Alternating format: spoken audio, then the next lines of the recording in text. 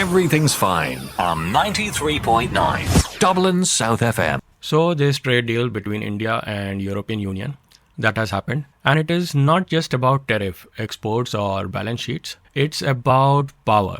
It's about fear. And it is about the world that no longer behaves the way it used to. On paper, the numbers are impressive. The European Union is already India's largest trading partner. Trade in goods touched over $142 billion in 2024.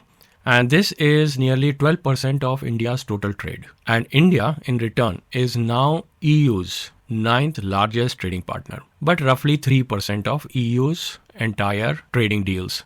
So together, if you look at it by volumes, together, India and EU represents about 2 billion people, of which 1.4 billion are Indians. And they say so, a combined market of $27 trillion, which is roughly 1/4 of global GDP. It's a huge trading volume, and only few trade arrangements in the world carry that kind of weight. And yet, for nearly 20 years, this deal simply did not happen. Actually, the talks began in 2007, they collapsed in 2013, and for almost a decade, they were just negotiations and it went nowhere. So the real question is not why this deal makes sense, the real question is why it became possible now. Obviously, the answer lies not in economics, but in the geopolitics, the current environment, and more specifically in the growing unpredictability of United States under Donald Trump. So under Donald Trump, trade stopped being a neutral instrument of growth. It has been weaponized. It has become a weapon. Tariffs are no longer tools of negotiation. They have become tools of punishment. That is new. And India knows this firsthand. The United States imposed tariff as high as 50% on Indian goods. Included with that was a 25% penalty for India's refusal to stop buying Russian oil. All that is bullying, I would say. These tariffs has hit Indian steel, aluminium, engineering goods, chemicals, and these sectors employ millions of Indians.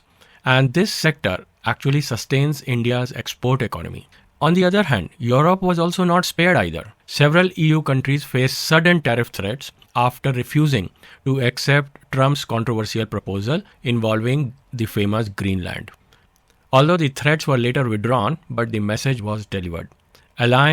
NATO alliance and the trade alliance between the US and the Europe no longer guarantee economic security.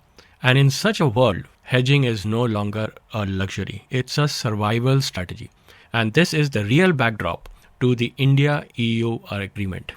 So it is not enthusiasm, it is not negotiation, but it is a fear of coercion. This is also why the deal did not happen in isolation earlier. India has signed multiple trade agreements recently. The EU has revived long-stalled negotiation elsewhere also. They are doing it with China. Britain did with India. Recently, Germany did a big trade deal with India. So all that is happening in order to move away their risk from United States. And just this month, Brussels concluded a deal with the Mercosur bloc after 25 years of talk. Now, Canada, under Mark Carney, is resetting the trade ties with China. And as we speak, the UK Prime Minister is in China and is cautiously re-engaging with Beijing. Beijing, on the other hand, on a side note, is building in the middle of London, single largest embassy and consulate in Europe. Even though when there have been enormous detailed discussion about the security threat that China possesses over UK and Europe. In fact, there have been allegations of Chinese spy, of Chinese sabotage, of Chinese using backdoor internet technology to carry the data back to UK through its routers and networks. Even with those kind of security threats, UK is now engaging with Beijing. Across the world, countries are quietly preparing for a post-American economic order. So in that sense, the India-EU deal is not merely commercial, it's a signal actually. A signal that major powers are willing to band together to reduce vulnerability, to move unilaterally away from the pressure of Washington. And that explains the unusually strong political language. Prime Minister Mr. Modi and the European Commission President Ursula von der Leyen called it the mother of all deals. Now, the European Commission President, she spoke openly about reducing strategic dependencies in the world where trade is increasingly weaponized, not by everyone else, but only Donald Trump. And Modi spoke of global turmoil and the need to stabilize supply chains. So this language is not just accidental. Well, India is talking, EU is talking, Canada is talking about it. And if we consider Britain out of EU, British Prime Minister is talking about that. And Washington did hear it. The US Treasury Secretary accused Europe immediately of financing the war against itself by signing a trade deal with India. Now, what does that mean? That means that India, while it is purchasing Russian oil, it is funding Russia against Ukraine. And that's how the US Treasury Secretary is talking about financing the war against itself. India's response have been consistent. Nobody understands, although, what they are trying to do, but then they are silent. They are not reactive. They are keeping quiet, continuing to do what they are doing. So their response is consistent. Affordable energy is not geopolitical endorsement. It's a development necessity for a country like India, which points towards 1.4 billion people. Simultaneously, with Putin's visit to India, India has made it very clear that its relationship with Russia cannot be switched off like a tap. It's a decades of defense dependence and therefore cannot be undone overnight. The relationship with Russia is now, I would say, nearly 100 years old, and therefore whatever is the government, the nature of Indian government, it is not going to hamper the relationship with Russia. But this is where the EU deal matters. It allows India to diversify, to deepen the defense ties with France. So India is importing Rafale fighter jets, and it is to explore partnerships with other European suppliers like Germany, like Italy. And this together will slowly rebalance the dependence on United States without sudden rupture. The word rupture is new in geopolitical vocabulary. And for Europe too, India offers something critical. It is now offering an alternative market, a manufacturing partner, and a slight hedge, I would say, against dependence on China.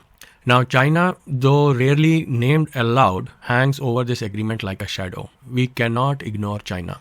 Both India and EU are searching for ways to counter China's dominance in the global trade and supply chain. So China is sort of a shadow partner or shadow threat of United States. But this agreement is not without risk. We should talk about that also. This deal still needs legal finalization. It must pass the European Parliament and it must survive the domestic politics across the member states, say it Belgium, France, Germany, Italy, others. So there are many unresolved issues, say like intellectual property rights, agriculture, which Indians do not want to touch, digital rules. It's a free-flowing legality about the digital India, and most importantly, the carbon counts. Now, if the carbon credits or the carbon border adjustment mechanism are imposed on the Indian exports due to emissions in the Indian manufacturing, it is going to hit the Indian exports. So that was just a brief I wanted to let you know. It's a complicated matter. We can leave it for another day. So overall, if you see, the celebrations have to be cautious because it is not about trade. It is about the rebalancing of geopolitics. And whenever the politics comes into picture, we have to be careful. Now, there is a deeper Indian story also here. India's relationship with trade has always been uneasy, and it is not without reason because the East India Company did not arrive in India, did not cross the shores of India as an army. It arrived as a trader, and commerce became conquest, and those conquests became control, and the trade hollowed out sovereignty of India. Now that trauma has shaped independent India's instinct. Protectionism was not ideology, it was a self-defense. And over time, this protectionism has become rigid. It has brought in inefficient manufacturing, and also in a way, it has been isolating India. Although the reforms of 1991 did overcome some kind of protectionism, but we cannot touch many of the manufacturing sector, and there is a no-go as far as agriculture is concerned. So what are we seeing now? It is not a reckless embrace of openness that Indians are doing. It is something subtle. It's a negotiated confidence, as I say. And while India is no longer opening up the market because it is compelled to, but it is doing so because it is believing in the new age that it can bargain as equal because of the large size of the market. And this trade deal of trillions, this trade deal is not really a rejection of history.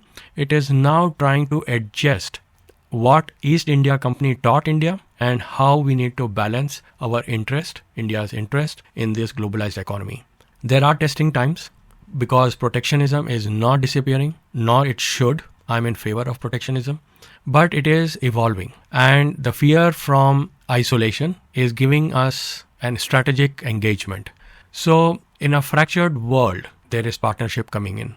But India should not lose itself. There is a character of India. There is a method in India.